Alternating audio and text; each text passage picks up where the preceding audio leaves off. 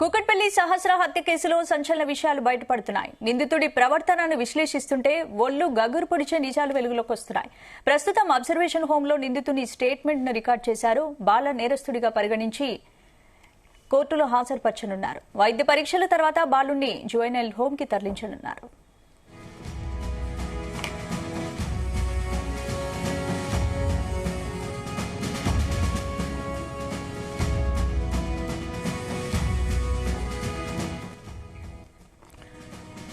కూకట్పల్లి సహస్ర హత్య కేసులో సంచలన విషయాలు బయటపడుతున్నాయి. నిందితుడి ప్రవర్తనను విశ్లేషిస్తుంటే ఒళ్లు గగ్గురు పిడిచే నిజాలు వెలుగులోకి వస్తున్నాయి. ప్రస్తుతం అబ్జర్వేషన్ హోంలో నిందితుని స్టేట్మెంట్ ను రికార్డు చేశారు. బాల నేరస్తుడిగా పరిగణించి జువెనైల్ కోర్టును హాజరుపరచనున్నారు. వైద్య పరీక్షల తర్వాత బాలుణ్ణి జువెనైల్ హోమ్ కి తరలించనున్నారు.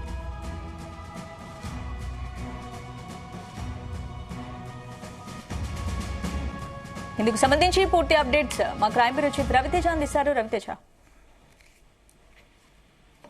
ఈ కేసు నిర్ధారణకు వచ్చిన తర్వాత ఆ కేసులో మైనర్ బాలుడుగా ఉన్నటువంటి 10th క్లాస్ స్టూడెంట్ ని పోలీసులు నేను అదుపులోకి తీసుకొని విచారించిన తర్వాత అతను మైనర్ కాబట్టి ఎక్కడ పెట్టిన ఆ చట్టం ఒప్పుకోదు కాబట్టి అతన్ని అబ్జర్వేషన్ హోమ్స్ కి తరలించినట్టుగా సమాచారం అందుతుంది.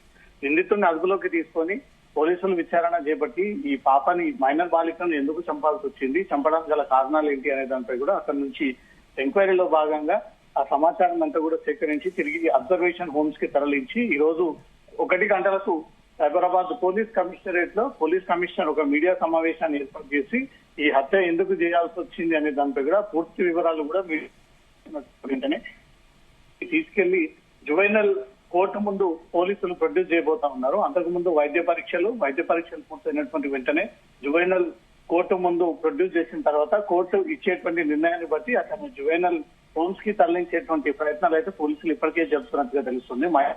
కాబట్టి తనను ఈ చెంచల్గూడ చెర్లపల్లి జైలు కాకుండా ఈ మైనర్ల సిసిఎల్ కోసం ప్రత్యేకమైనటువంటి జువెనైల్ హోమ్స్ కూడా ఏర్పాటు చేయడం జరిగింది. ఇప్పుడు అబ్జర్వేషన్ హోమ్స్ నుంచి అతను ముందుగా మెడికల్ చెకప్ కి తీసుకెళ్లి మెడికల్ చెకప్ తన వైద్య పరీక్షలు ముగిసిన తర్వాత ఇమీడియట్ గా జువెనైల్ కోర్టు ముందు ప్రొడ్యూస్ చేసి కోర్టు ఇచ్చేటువంటి ఆదేశాల ప్రకారంగా జువెనైల్ హోమ్స్ కి తరలించేటువంటి అవకాశం ఉంది. కొన్నాయి అనేక మలుపులు తిరిగినటువంటి కేసు, అనేక అనుమానాలు వ్యక్తం చేసినటువంటి కేసు, చాలా మంది పైన ఆరోపణలు అభియోగాలు వ్యక్తమైనటువంటి కేసు. చివరికి అదే బిల్డింగ్ లో ఉంటున్నటువంటి ఒక మైనర్ బాలుడు పక్కనే ఉన్నటువంటి బిల్డింగ్ ఆనుకొని ఉండడము, ఆ బిల్డింగ్ పై నుంచి ఈ బిల్డింగ్ పైకి దూకి ఈ బాలికపై కత్తిపోట్లు పొడిచి తను చనిపోయిన తర్వాత ఆ ఇంట్లో ఉన్నటువంటి ఎంఆర్ఎఫ్ బ్యాట్ కొంత సొత్తుని కాజేసేటువంటి ప్రయత్నం చేశాడు. అంతా కూడా ప్రీ ప్లాన్ మర్డర్ గానే పోలీసులు భావిస్తా ఉన్నారు. కాబట్టి హత్య కంటే ముందుగానే పోలీసులు సేకరించినటువంటి వివరాల ప్రకారంగా తను వైట్ పేపర్ లో పూర్తిగా ఆ వివరాలన్నీ కూడా రాసుకొని ఎలా మట్టు పెట్టాలి, ఎలా చంపాలి, గ్యాస్ ఎలా లీక్ చేయాలి, ఎలా ఫైర్ చేసి అతన్ని అంతం అందించాలి అంటూ కూడా ఆ వివరాలన్నీ కూడా బాల్ని సేకరించడం జరిగింది. ఆ వివరాల ప్రకారంగా అతను అదుపులోకి తీసుకొని అతను క్వశ్చన్ చేసిన తర్వాత అతను పోలీస్ ఇన్వెస్టిగేషన్ లో ఒప్పుకున్నటువంటి వివరాల ప్రకారంగా ఈ రోజు అతన్ని మీడియా ముందు ప్రవేశపెట్టాల్సినటువంటి అవసరం ఉంది. కానీ మైనర్ బాలుడు కాబట్టి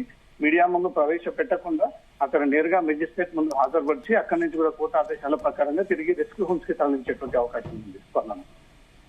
రైట్, థాంక్యూ రవితేజ.